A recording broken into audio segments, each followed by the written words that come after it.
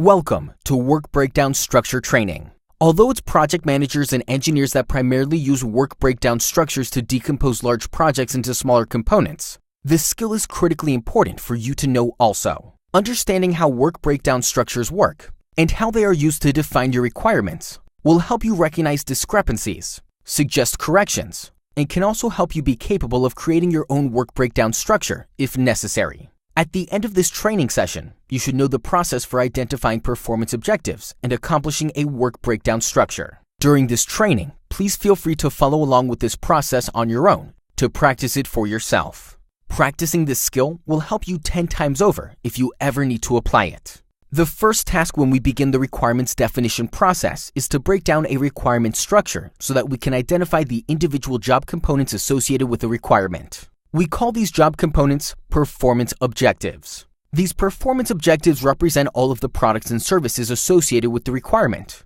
which the contractor will be responsible for providing in the performance of a contract. Our goal in this training is to learn the process of breaking down any requirement structure following a simple 4-step process. Identify the desired result. Identify top-level performance objectives. Perform a performance analysis identifying sub-level performance objectives. And define the performance objectives. Now, please take a moment to choose an upcoming requirement that you and/or your customer will need to work on so that you can follow along. If you don't have one or can't think of a requirement that you will need to define in the near future, then ask your neighbor to use theirs or make one up. This could be any service, such as food service contract, systems engineering, computer system support, facility operations and maintenance, or even something simple in your personal life, like cleaning your home or cutting the grass. Pause the video if necessary. Now, what I would like you to do is, as we go through the next 4 steps, please get a piece of paper and writing utensil and begin brainstorming and writing notes for your sample requirement. Step 1. Identify the desired outcome. What is the highest level objective of your requirement? An example of the highest level objective of a refuse removal contract might be remove trash. An example of a vehicle operations and maintenance contract might be manage all vehicles. An example of janitorial contract might be to clean buildings. Don't overthink this step. Also, be sure not to overlap multiple requirements, programs, or organizations. The result you desire should completely represent your one single requirement. I am using a computer support services requirement for my example. Step 2. Identify top-level performance objectives. Each work breakdown structure will have top-level performance objectives, which will contribute towards arriving at the desired outcome.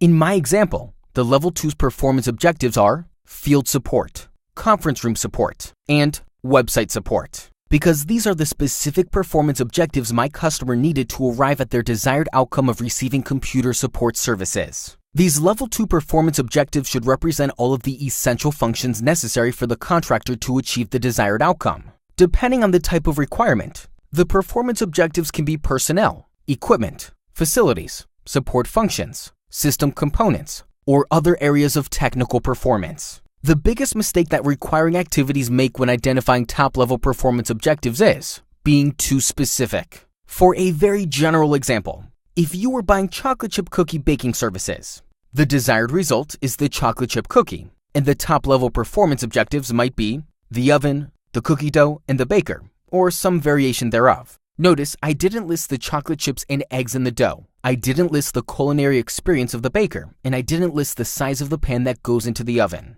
Please take a moment to identify 2 or more Level 2 performance objectives for the requirement you are working on. Pause the video if necessary. Step 3. Perform a performance analysis. In Step 3, we're going to identify all of the Level 3 performance objectives that need accomplished in order to successfully accomplish the performance objectives at Level 2. Said another way, the question you will need to answer in Step 3 is, what are all the performance objectives necessary to accomplish Level 2's performance objectives? If we're making the chocolate chip cookie dough, it would be chocolate chips, flour, eggs, sugar, and the mixer. For field support, I have identified telephone support so the government personnel with problems can receive real-time phone support, software support for specific software and applications that are not functioning properly, and hardware support for computers with parts that are broken, missing, or need replaced. For conference room support, my Level 3 performance objectives are video teleconference, overhead projector, and computer support.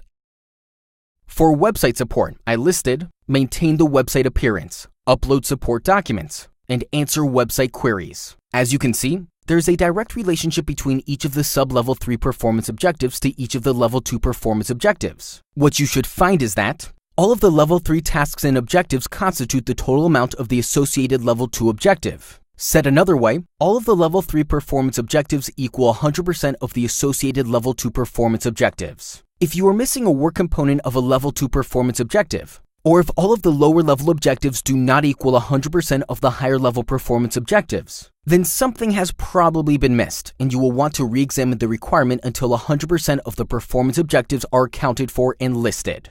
Again, 100% performance objectives accountability is your goal. And if you need to go to a level 4, level 5, or level 6 depth in your work breakdown structure, that is fine. The larger and more complex requirements will have larger and more complex work breakdown structures. So, when should a work breakdown structure stop?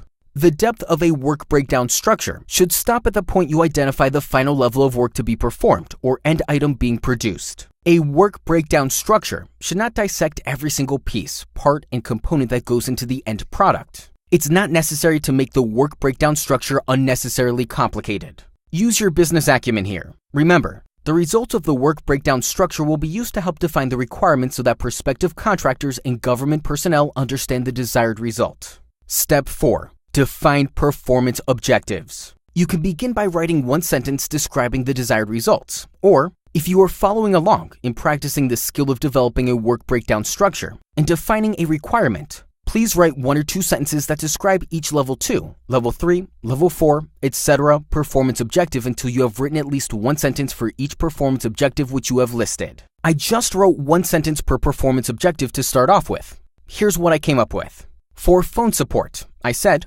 every phone call answered within 5 rings. For software support, maintain and update system software and security patches. For hardware support, replace parts and repair computers within 5 business days from receipt of part or notice of malfunction. For video teleconference system, ensure conference room AV equipment is functional. For overhead projectors, ensure overhead projectors work and bulbs are full color. For website appearance, website should always be fully functional. For uploading documents, load documents on website should be accomplished within 3 business days of request. For answering website queries, queries should receive response within 24 hours of submission. Eventually, each task will have 1 or more paragraphs that sufficiently explain what the desired results are for each performance objective listed. Please take the time now to write down at least 1 sentence for each of the performance objectives you identified in step 3. Pause video if necessary. What we covered here is the general but powerful process to compose a work breakdown structure.